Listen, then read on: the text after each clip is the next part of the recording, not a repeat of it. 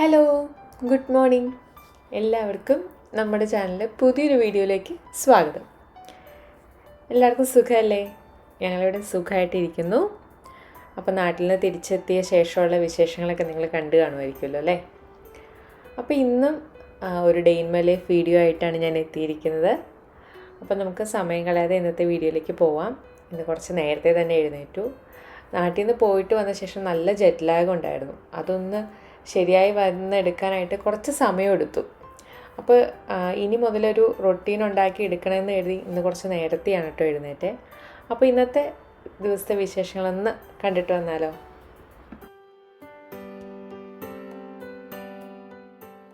തലേന്ന് രാത്രി ഞാൻ കുറച്ച് ഉലുവ എടുത്ത് വെള്ളത്തിലിട്ടിട്ടുണ്ടായിരുന്നു, സാധാ പച്ചവെള്ളത്തിൽ. അപ്പോൾ രാവിലെ ആ സോക്ക് ചെയ്ത ഉലുവയും ആ വെള്ളമാണ് വെറും വൈകിട്ട് ആദ്യമേ കഴിക്കുന്നത് കേട്ടോ. അങ്ങനെ കുടിച്ചാൽ നല്ലതാണെന്ന് കേട്ടിട്ടുണ്ട്. പ്രത്യേകിച്ച് കാരണമൊന്നുമില്ല കേട്ടോ അത് കഴിക്കാനായിട്ട്.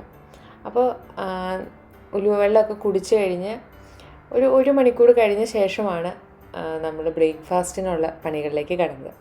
നേരത്തേന്ന് ഞാൻ ഉദ്ദേശിച്ചത്, സാധാരണ ഞാൻ എഴുന്നേൽക്കുമ്പോഴേക്കും 7:30, 8, 8:30, അവധി ദിവസങ്ങളിലാണെങ്കിൽ അത് 9 മണി വരെ പോകാറുണ്ട്.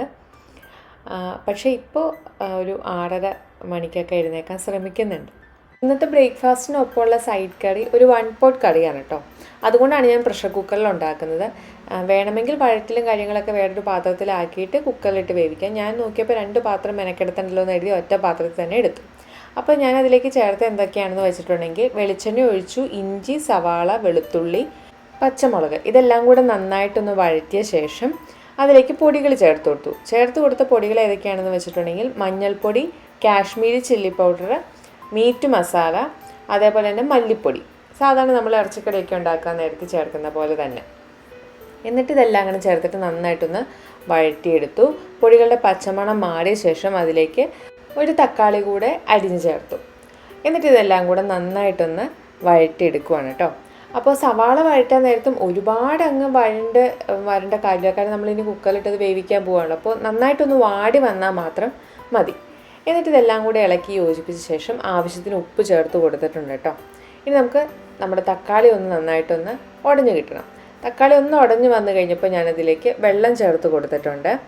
എന്നിട്ട് ഇതൊന്ന് നന്നായിട്ടങ്ങ് ഇളക്കി യോജിപ്പിച്ചു. ഇനി നമ്മൾ ഈ ചേർത്ത് കൊടുത്ത വെള്ളം നന്നായിട്ടൊന്ന് തിളയ്ക്കണം. അപ്പോൾ ഞാൻ ചൂടുവെള്ളമാണ് ചേർത്ത് കൊടുത്തത്, കാരണം ഓൾറെഡി നമ്മളെ പൊടികളും കാര്യങ്ങളും എല്ലാം നന്നായിട്ട് ചൂടായിട്ടിരിക്കുന്ന സമയമാണ്. അതിലേക്ക് വീണ്ടും പച്ചവെള്ളം ചേർത്ത് കൊടുത്തിട്ടുണ്ടെങ്കിൽ ആ കറിയുടെ ടേസ്റ്റ് തന്നെ മാറിപ്പോകാൻ ഇടയുണ്ട്. അപ്പോൾ നമ്മൾ ഒഴിച്ചു കൊടുത്ത വെള്ളം നന്നായിട്ടൊന്ന് തിളച്ച് എണ്ണ തെളിഞ്ഞു വന്ന് തുടങ്ങി കഴിയുമ്പോൾ നമുക്കതിലേക്ക് സോയ ചങ്ക്സ് കുതിർത്ത് വെച്ച് അതിൽ നിന്ന് ആ വെള്ളമൊക്കെ ഒന്ന് പിഴിഞ്ഞ് കളഞ്ഞിട്ടുള്ള സോയ ചങ്ക്സാണ് കേട്ടോ ചേർത്ത് കൊടുത്തത്. എന്നിട്ട് നന്നായിട്ടങ്ങ് ഇളക്കി യോജിപ്പിച്ചു. അപ്പോൾ ഒരു അരമണിക്കൂർ നേരമൊക്കെ നന്നായിട്ടൊന്ന് കുതിർത്ത് വെച്ചിട്ടുണ്ടെങ്കിൽ തന്നെ, ഒരു ചൂടുവെള്ളത്തിൽ കുതിർത്ത് വെച്ചോ കേട്ടോ. അപ്പോൾ നന്നായിട്ട് സോക്കാവും. അത് കഴിഞ്ഞിട്ട് പിഴിഞ്ഞ് നന്നായിട്ട് വെള്ളം കളഞ്ഞ ശേഷമാണ് നമ്മൾ ഈ കുക്കറിലേക്ക് ചേർത്ത് കൊടുത്തത്. നന്നായിട്ട് വെള്ളം പിഴിഞ്ഞ് കളഞ്ഞില്ലെങ്കിൽ ആ സോയ ചങ്ക്സിൻ്റെ ഉള്ളിൽ ആ വെള്ളം നിറഞ്ഞു നിന്നിട്ട് നമ്മുടെ മസാലയൊന്നും അതിലേക്ക് പിടിക്കാതെ വരും. അപ്പോൾ അതിനൊരു വെള്ളച്ചൊവ ഉണ്ടാവും. അത് മാറാൻ വേണ്ടിയിട്ട് നമ്മൾ നന്നായിട്ട് പിഴിഞ്ഞിട്ട് ചേർത്ത് കൊടുത്താൽ മതി. എന്നിട്ട് നമ്മളിത് കുക്കറിൽ വെച്ചൊന്ന് വേവിച്ചെടുത്തു. 2 വിസിലാണ് കേട്ടോ കേൾപ്പിച്ചത്, മീഡിയം ഫ്ലെയിമിൽ. അപ്പോഴേക്കും നമ്മുടെ സോയ ചങ്ക്സ് നന്നായിട്ട് വെന്ത് കിട്ടി. അപ്പോൾ സോയ ചങ്ക്സ് വേവിക്കാൻ വെച്ച സമയം കൊണ്ട് ഞാൻ പുട്ടിന് വേണ്ടിയിട്ട് പൊടിയും അതേപോലെ തന്നെ ഉപ്പും ചേർത്തിട്ടൊന്ന് നനച്ച് കൊടുക്കുന്നുണ്ട്. അപ്പോൾ നമ്മളിന്ന് വെള്ളപ്പുട്ടും അതേപോലെ തന്നെ സോയ ചങ്ക്സ് കറിയാണ് ഇന്ന് ഉണ്ടാക്കുന്നത്. അപ്പോൾ എളുപ്പത്തിൽ പെട്ടെന്ന് രാവിലെ ഉണ്ടാക്കിയെടുക്കാൻ പറ്റുന്ന ഒരു സൈഡ് കറിയാണ് നമ്മുടെ സോയ ചങ്ക്സ് കറി. അപ്പോൾ ഇത് നമ്മുടെ ചോറിൻ്റെ കൂടെയും കൂട്ടാം, രാവിലെ ബ്രേക്ക്ഫാസ്റ്റിൻ്റെ കൂടെയും കഴിക്കാം. അപ്പോൾ ഈസി ആയിട്ട് ഉണ്ടാക്കാൻ ചെയ്യാം. പിന്നെ ഒരു ഇറച്ചിക്കറിയിലൊക്കെ ഒരു ടേസ്റ്റും സ്മെല്ലും ഒക്കെ കിട്ടുമല്ലോ. അപ്പോൾ ഇതാ കുക്കറിൽ നന്നായിട്ട് വെന്തു നമ്മുടെ സോയ.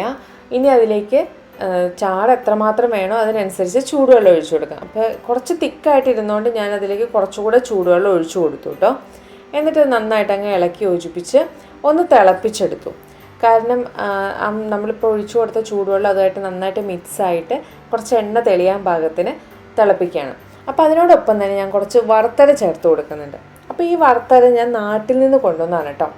നാട്ടിൽ നിന്ന് തേങ്ങ ചിരണ്ടി വറുത്ത് അതരച്ച് അത് കുറച്ച് ദിവസം മുമ്പേ ചെയ്തു വെച്ചു കേട്ടോ.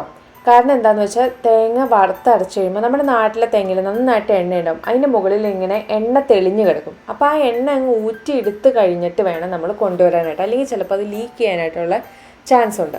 എന്നിട്ട് നന്നായിട്ട് എയർ ടൈറ്റ് ആയിട്ടുള്ള ഒരു പാത്രത്തിൽ അടച്ച് നമ്മൾ കൊണ്ടുവന്നിട്ടുണ്ടെങ്കിൽ നമുക്ക് എത്ര കാലം വേണമെങ്കിലും ഉപയോഗിക്കാം. ഇവിടെ നമുക്ക് ഫ്രിഡ്ജിൽ ഞാനിവിടെ എടുത്ത് വെച്ചിരിക്കുകയായിരുന്നു, കേടായി പോകാതിരിക്കാം. പുറത്ത് ഒരു 10 ദിവസം വരെയൊക്കെ ഇരിക്കും, പക്ഷേ നമ്മൾ ഫ്രിഡ്ജിൽ സൂക്ഷിക്കുകയാണെങ്കിൽ കാലങ്ങളോളം നമുക്ക് ആ വറുത്തര ഉപയോഗിക്കാം. അപ്പോൾ നമ്മൾ വറുത്തരച്ചുള്ള കറികൾ നമുക്ക് ഉണ്ടാക്കാനുള്ള മടി, തേങ്ങ ചിരകണം, അത് വറക്കണം, പിന്നെ അത് അരയ്ക്കണം, അതൊക്കെ മെനക്കേടല്ലേ. അപ്പോൾ ഇങ്ങനെ ഒന്ന് ചെയ്ത് നോക്കട്ടെ. ബൾക്കായിട്ട് കുറച്ച് വറുത്തര ഉണ്ടാക്കി വെച്ചാൽ നമ്മുടെ കറികളൊക്കെ ഉണ്ടാക്കാനായിട്ട് എളുപ്പമായിരിക്കും. അത് ഇതേപോലെ തന്നെ നാട്ടിലൊക്കെ ആകുമ്പോൾ നമുക്ക് തേങ്ങയൊക്കെ എന്താ പറയുക, സുലഭമായി കിട്ടുന്ന ഒന്നാണല്ലോ.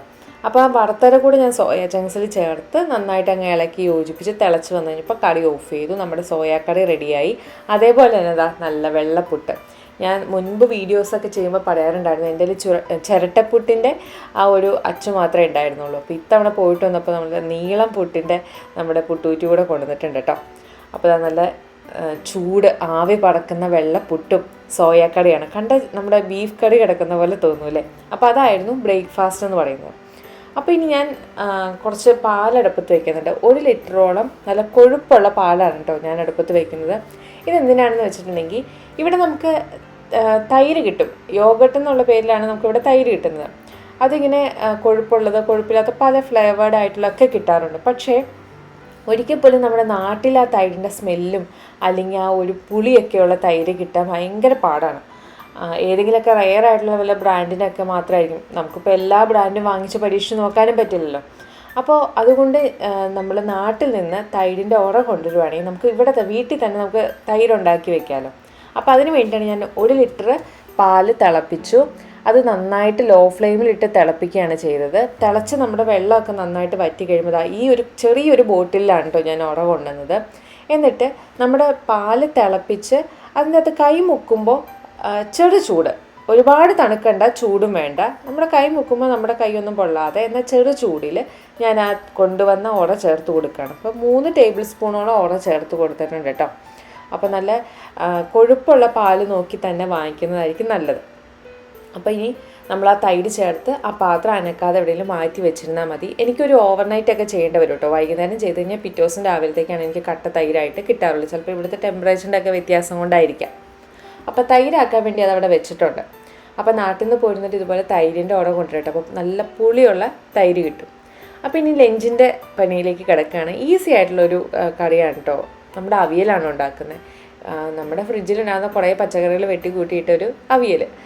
വാഴയ്ക്കുണ്ട്, ഉരുളക്കിഴങ്ങുണ്ട്, സവാള ഞാൻ ചേർത്തിട്ടുണ്ട്. സാധാരണ ഒതൻറ്റിക് ആയിട്ടുള്ള അവിയലിലൊന്നും സവാള ചേർക്കാറില്ല, പക്ഷേ കഷ്ണങ്ങൾ കുറവായതിന് ഞാൻ ഒരു സവാള ചേർത്തിട്ടുണ്ട്, പയർ ചേർത്തിട്ടുണ്ട്, ക്യാരറ്റ് ചേർത്തിട്ടുണ്ട്, അത്രയൊക്കെ ഉള്ളൂ. പിന്നെ പച്ചമുളക്. അപ്പോൾ ഞാൻ ആദ്യമേ തന്നെ കുറച്ച് ഉപ്പും അതേപോലെ മഞ്ഞൾപ്പൊടിയും വെളിച്ചെണ്ണയും കൂടെ ഒഴിച്ചിട്ട് കൈകൊണ്ട് തന്നെ ഇതൊന്ന് നന്നായിട്ടൊന്ന് തിരുമ്മി പിടിപ്പിക്കുന്നുണ്ട്. അത് കഴിഞ്ഞ് ഒരു 10-15 മിനിറ്റ് കഴിഞ്ഞിട്ടാണ് ഞാനിത് അടുപ്പത്തേക്ക് വെക്കുന്നത്. അടുപ്പത്തേക്ക് വെക്കാൻ നേരത്തെ ഞാൻ കുറച്ച് വെള്ളം കൂടെ ചേർത്തിട്ടാണ് അടുപ്പത്ത് വെക്കുന്നത്. ഒന്നാമത് ചട്ടിയിലാണ് ഉണ്ടാക്കുന്നത്, അപ്പോൾ ചിലപ്പോൾ അടിക്ക് പിടിക്കാൻ ചാൻസ് ഉള്ളതുകൊണ്ടാണ് ഞാൻ കുറച്ച് വെള്ളം കൂടെ ചേർക്കുന്നത് കേട്ടോ. അപ്പോൾ നന്നായിട്ട് തിരുമ്മി പിടിപ്പിച്ച് വെച്ച ശേഷം അവിയൽ ഉണ്ടാക്കുന്നതായിരിക്കും നല്ലത്. അപ്പോൾ ആ കഷ്ണങ്ങളിലേക്ക് എല്ലാ ഭാഗത്തും ഒക്കെ മഞ്ഞൾപ്പൊടി എത്തൂലോ. രാവിലെ ഉണ്ടാക്കിയ സോയ ചങ്ക്സ് കറി നമുക്ക് ഇരിപ്പുണ്ട്, അതുകൊണ്ട് വേറെ ഞാനൊരു ചാറുകറി ഉണ്ടാക്കുന്നില്ല. അതിപ്പോൾ ചോറിൻ്റെ കൂടെ കഴിക്കാനാണെങ്കിലും നല്ല ടേസ്റ്റുള്ള കറി തന്നെയാണ്. പിന്നീട് ഞാൻ ഉണ്ടാക്കുന്നത് എന്താണെന്ന് വെച്ചിട്ടുണ്ടെങ്കിൽ കടലപ്പരിപ്പ് കൊണ്ട് ഒരു മെഴുക്കുവരട്ടിയാണ് കേട്ടോ. അപ്പോൾ അത് ഞാൻ കുറച്ച് വെള്ളത്തിലിട്ട് സോക്ക് ചെയ്ത് വെച്ചിട്ടുണ്ടായിരുന്നു. അത് കഴിഞ്ഞ് വെള്ളം എല്ലാം ഊറ്റി കളഞ്ഞിട്ട് ഞാൻ കുക്കറിലേക്ക് ഇട്ട് കൊടുക്കുകയാണ്. എന്നിട്ട് നമുക്ക് ഇതിൻ്റെ അകത്തേക്ക് കുറച്ച് മഞ്ഞൾപ്പൊടിയും ഉപ്പും അതേപോലെ തന്നെ വെളിച്ചെണ്ണ ഒഴിച്ചു കൊടുക്കാം. അതേപോലെ ഞാൻ ഒരു 3-4 വെളുത്തുള്ളി അതേപോലെ തന്നെ ചെറിയുള്ളി ഒന്ന് ചതച്ചെടുക്കുന്നുണ്ട്. വെളുത്തുള്ളിയുടെ തൊലി ഒന്നും കളയാതെയാണ് കേട്ടോ ചതച്ചെടുക്കുന്നത്. ഒരു 3 അല്ലി വെളുത്തുള്ളിയും അതേപോലെ തന്നെ ഒരു 2 ചെറിയുള്ളിയും കൂടി കൂടിയിട്ടാണ് ഒന്ന് ചതച്ചെടുത്തത്.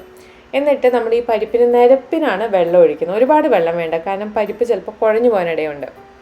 അതുകൊണ്ട് നിരപ്പിനെ വെള്ളം ഒഴിക്കുന്നുള്ളൂ. എന്നിട്ട് കുക്കറിൽ ഒരു 2 വിസിൽ കേൾപ്പിച്ചിട്ടുണ്ടെങ്കിൽ നമ്മുടെ പരിപ്പ് നന്നായിട്ട് വെന്ത് കിട്ടിക്കോളും. അപ്പോൾ അതാ നമ്മുടെ അവിയലും അടുപ്പത്ത് വെച്ചു, പരിപ്പും വേവിക്കാൻ വേണ്ടിയിട്ട് അടുപ്പത്ത് വെച്ചു. സദ്യക്കൊക്കെ എനിക്ക് ഏറ്റവും ഇഷ്ടമുള്ള കറികളിലൊന്നാണ് നമ്മുടെ അവിയൽ. അവിയൽ എന്നല്ല, ഒട്ടുമുക്കാലും സദ്യ വിഭവങ്ങളെല്ലാം തന്നെ എനിക്ക് ഭയങ്കര ഇഷ്ടമുള്ള കൂട്ടത്തിലാണ് കേട്ടോ. അപ്പോൾ നമ്മുടെ ഓണമൊക്കെ ആവാറായി. ഓണം റെസിപ്പീസ് ഒരുമാതിരിപ്പെട്ട എല്ലാം തന്നെ നമ്മുടെ ചാനലിലൂടെ ഈ ഒരു 2 കൊല്ലം കൊണ്ട് നമ്മൾ അപ്ലോഡ് ചെയ്തിട്ടുണ്ട്. ഇനി നിങ്ങൾക്ക് ഏതെങ്കിലും സ്പെഷ്യൽ റെസിപ്പീസ് വേണമെന്നുണ്ടെങ്കിൽ ഒന്ന് കമൻറ്റ് ചെയ്യാൻ വേണ്ടി മറക്കരുത്. നമ്മളപ്പോൾ അതിൻ്റെ റെസിപ്പി കൂടെ കാണിക്കാം. പിന്നെ ഓണം റെസിപ്പീസിൻ്റെ എല്ലാത്തിനെയും കൂടി ഒരു പ്ലേലിസ്റ്റ് ഞാൻ ഉണ്ടാക്കിയിടാം. അപ്പോൾ നിങ്ങൾക്ക് ഇനി നോക്കുമ്പോൾ സെർച്ച് ചെയ്യാൻ നേരത്തെ എളുപ്പമായിരിക്കുമല്ലോ. അപ്പോൾ ഇതാ നമ്മുടെ പരിപ്പ് വെന്തപ്പം ഞാൻ കുക്കറിൽ നിന്ന് മാറ്റി വെച്ചിട്ടു. ഇനി നമുക്കൊന്ന് താളിച്ചെടുക്കണം. വലിയ പണിയൊന്നുമില്ല, പെട്ടെന്ന് ഉണ്ടാക്കിയെടുക്കാൻ പറ്റുന്ന ഒരു മെഴുക്കുവരട്ടിയാണ് കേട്ടോ നമ്മുടെ പരിപ്പിൻ്റെ. അപ്പോൾ പാനിലേക്ക് വെളിച്ചെണ്ണ ഒഴിച്ചു. അതിലേക്ക് കടുക്, അതേപോലെ തന്നെ നമ്മുടെ കറിവേപ്പില, പിന്നെ കുറച്ച് ആദ്യം ചെയ്ത പോലെ തന്നെ വെളുത്തുള്ളിയും അതേപോലെ തന്നെ ചുവന്നുള്ളിയും കൂടിയിട്ട് നന്നായിട്ടൊന്ന് ചതച്ചെടുത്തു.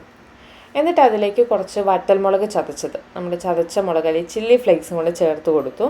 എരിവിന് ആവശ്യമായിട്ടുള്ളത്, നമ്മളെല്ലാം എരിവിന് വേണ്ടിയിട്ട് പച്ചമുളക് വേറെ ഒന്നും തന്നെ ചേർത്തിട്ടില്ലല്ലോ. പിന്നെ ആവശ്യത്തിന് ഉപ്പും ചേർത്ത് കൊടുത്തു. ശരിക്കും പറഞ്ഞാൽ പരിപ്പ് വേവിക്കാനത്തേന് ഉപ്പ് ചേർത്ത് കൊടുക്കാൻ മറന്നുപോയി, അതുകൊണ്ടാണ് ഈ സമയത്ത് വീണ്ടും ചേർത്ത് കൊടുത്തത്. പരിപ്പ് വേവിക്കുമ്പോൾ തന്നെ ഉപ്പ് ചേർക്കുന്നതാണ് കേട്ടോ ഏറ്റവും നല്ലത്. എന്നിട്ട് എല്ലാം കൂടെ നന്നായിട്ടൊന്ന് മൂപ്പിച്ച ശേഷം വേവിച്ച് വെച്ച പരിപ്പും കൂടെ ചേർത്തിട്ട് നന്നായിട്ടങ്ങ് ഇളക്കി യോജിപ്പിക്കുക. അപ്പോൾ നല്ല ഒരു അടിപൊളി പരിപ്പ് മെഴുക്കുവരട്ടി റെഡിയായി കഴിഞ്ഞു. ഇത് പല നാട്ടിലും പല പേരിലായിരിക്കും അറിയപ്പെടുന്നത്. ഞാനിതിനെ ഈ പേരിൽ വിളിക്കുന്നു മാത്രം. അപ്പോൾ നമ്മുടെ ഒരു കറി റെഡിയായി. നമ്മുടെ അവിയൽ അവിടെ പാതി വഴിയിലെത്തിയിട്ടുണ്ട്. ഇടയ്ക്കൊന്ന് ഇളക്കി കൊടുത്തു കേട്ടോ. അത് കഴിഞ്ഞിട്ട് പച്ചക്കറിയൊക്കെ ഒന്ന് വെന്ത ശേഷം ഞാനിതിലേക്ക് തൈര് ചേർത്ത് കൊടുത്തു. അപ്പോൾ ഇവിടെ ഞാനിപ്പോൾ ചേർത്ത് കൊടുക്കുന്ന തൈര് നമ്മൾ കടയിൽ നിന്ന് വാങ്ങിക്കുന്ന തൈരാണ്. ആ തൈര് ചേർത്ത് കൊടുക്കാൻ കാരണം നല്ല കട്ടിയുള്ള തൈരാണെങ്കിൽ അതിൻ്റെ തൊട്ടും കട്ട ഉണ്ടാകത്തില്ല. നമ്മുടെ നാട്ടിലെ തൈര് കട്ട ഉടച്ചിട്ടേ ചേർക്കാൻ പറ്റുള്ളൂ. അപ്പോൾ നമ്മൾ ചേർക്കുമ്പോൾ നമ്മുടെ അവിയൽ കുറച്ചുകൂടെ എന്താ പറയുക, ഒരു വാട്ടറി ടൈപ്പാവും. എനിക്ക് കുറച്ചുകൂടെ ഇങ്ങനെ ഡ്രൈഡ് ആയിട്ടുള്ള അവിയലാണ് കൂടുതലിഷ്ടം. അപ്പോൾ അതാ തൈര് ചേർത്ത് കൊടുത്ത് നന്നായിട്ട് അങ്ങ് ഇളക്കി യോജിപ്പിച്ചു. അതിന് ശേഷം ഇനി നമ്മൾ തേങ്ങ ചേർത്ത് കൊടുക്കുകയാണ്.